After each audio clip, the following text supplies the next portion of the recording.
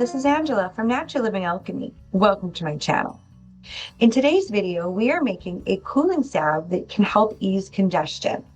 So I'm going to be sharing a base formulation with you that you can easily customize depending on what essential oils that you really want to add. I'm going to briefly give you some recommended essential oils that you can choose from, as well as sharing a formulation for my current favorite blend that I like to use in these cooling salve. So just keep in mind, it is up to you to make sure that you have no known allergies to any of the oils I'm suggesting. And if you think there's even a potential allergy, just choose something else. There's lots of ones that we can choose from.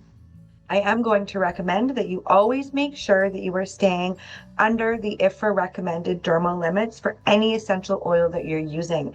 And I will be sharing some different dermal maxes for amounts that you would want to make sure that you stay under, just so that this salve is completely safe for the skin. These are in no particular order. These are just some essential oils that may help with congestion. Our first oil is tea tree. Now this will stimulate the immune system. It's antibacterial and it's also an expectorant. And we do have a dermal max of 15%. Next is eucalyptus, and specifically the eucalyptus globulus is the one you are wanting to use because that one can boost the immune system. It's antibacterial and it's also antitussive, which just means it helps you not cough. We do have a dermal max of 5.5% and a safety precaution that you do want to keep this away from the faces of infants as well as young children. And the reason that you would want to do that is just this essential oil can open things up too much, and that just might be a little bit too much for an infant or a young child. Rosemary. This can soothe the tissue of the lungs as well as the respiratory system. It's inflammation modulating, or in other words, anti-inflammatory, and it also helps promote sinus drainage. And we do have a dermal max here of 4%. Peppermint essential oil. This is antibacterial. It is an expectorant as well as antitussive. We have a dermal max here of 5%. Safety precautions, we do have a couple though. You would want to avoid using it around young children's faces. It is contraindicated for 6-GPD deficiency. It can be problematic if you have GERD, and you would want to exercise caution if you are experiencing an asthmatic flare. Lavender. This is another inflammation modulating ally that we could use. It's spasmolytic or antispasmodic. It means the same thing. And it also works as a decongestant. And our dermal max here is 5%. Oregano. It is antibacterial. It may help fight respiratory infections as well as support the immune system. We do have a dermal max of 1.1%. And some safety precautions. Don't use oregano while pregnant or in children under the age of 2. Avoid it altogether if you are on anticoagulant medication or if you have a blood disorder. And this one can also interfere with diabetic medications. Cypress. This is also an inflammation modulator. It has antimicrobial as well as decongestant effects. Now, our dermal max, I couldn't actually find the number when I was doing my research. All the normal places I looked didn't tell me.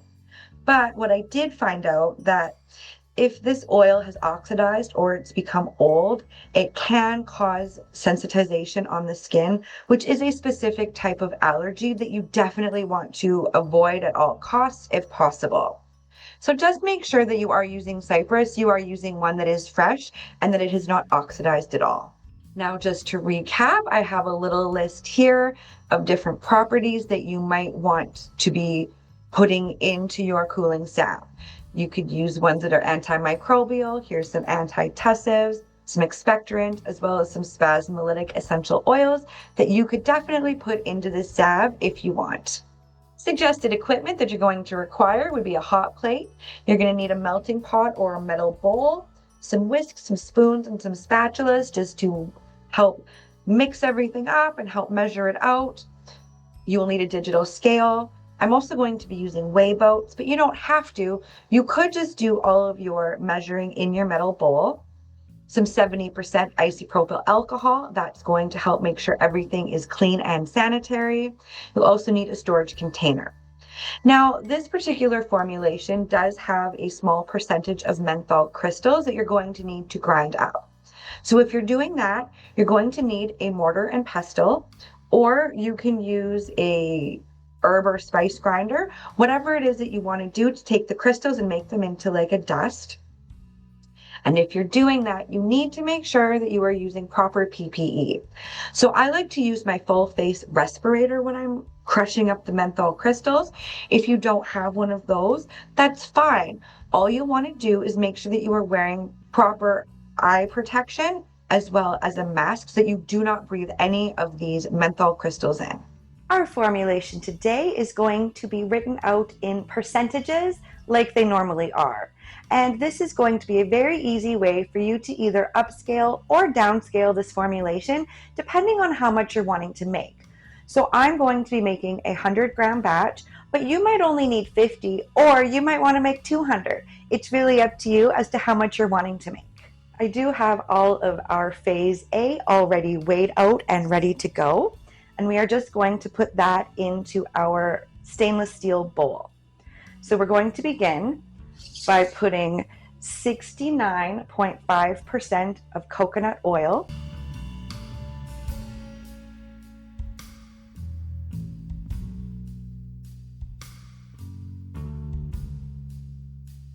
and then next we are going to add 15% of shea butter. Now mine is unrefined because I don't mind unrefined shea butter, but you could certainly use a refined version if you prefer. And this is 15%.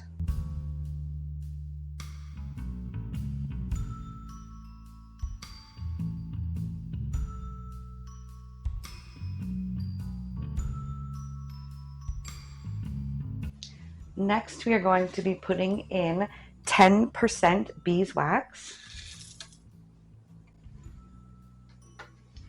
And lastly, we have 3% menthol crystals. Now, I did already grind these up so that they are more easily dissolvable. And remember, if you are going to be using menthol crystals, you need to always be wearing your proper PPE. So 3% menthol goes in our bowl.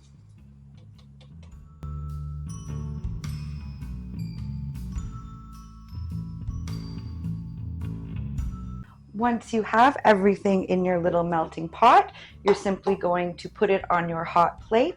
So as this is melting, you're going to want to give it a stir periodically just to ensure that everything is just nicely incorporated. Once everything is just nicely melted and combined, you're going to turn off your hot plate and you're going to remove phase A off of the heat. So what I like to do at this point is just take my spatula, just give it a nice stir just to make sure that everything's all mixed up. You can see everything is dissolved. Our beeswax, our menthol crystals are gone. So what we're going to do now is you are going to leave this alone, and we're going to leave it until it is cooled down and hardened and below 40 degrees Celsius. If you wanted to speed this up, you could put the bowl in the fridge or something like that just to help it harden, or you can just let it do it on its own. It usually doesn't take too long. So I will come back once this is hardened and I will show you what our next step is. So some time has elapsed and we are now completely solidified.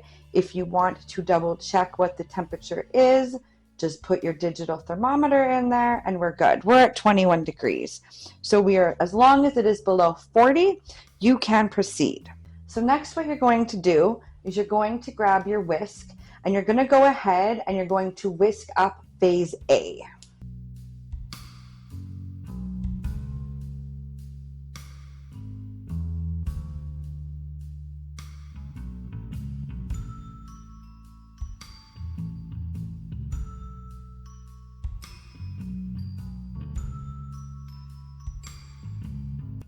Perfect. So once it looks like this, and there's no hard pieces left in it, it is time to add our phase B. So we're going to just do this directly on our digital scale.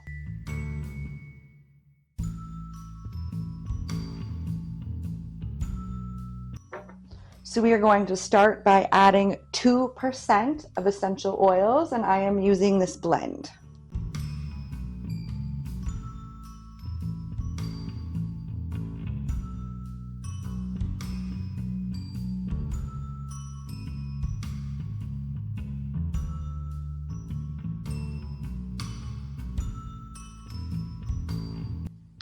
Hitting 0 or tare on your scale. Now we are going to add 0.5% of our vitamin E.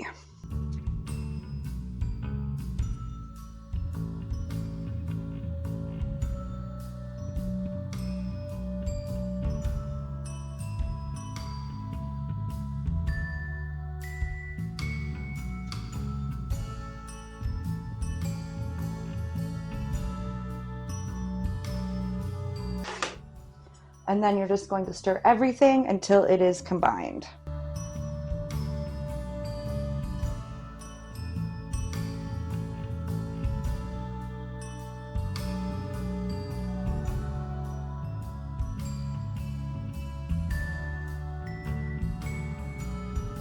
And then once everything is all mixed together, it is time to just put it into your storage container.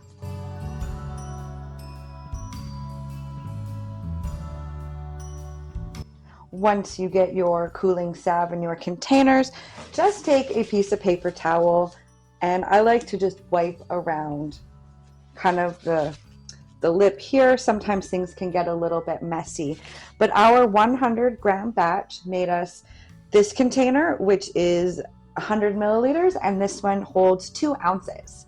So we have that much cooling salve, and we are going to be ready for cold and flu season.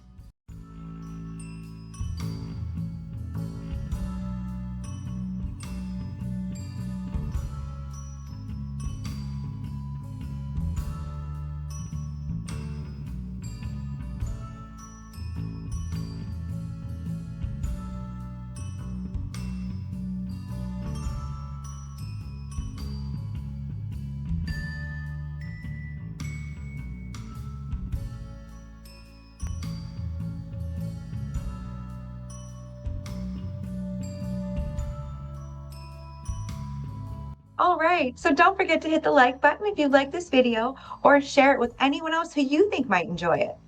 Consider subscribing to the channel so that we can spend more time together and that you don't miss future videos. But I just want to say thanks for stopping by today, and I'll see you next time.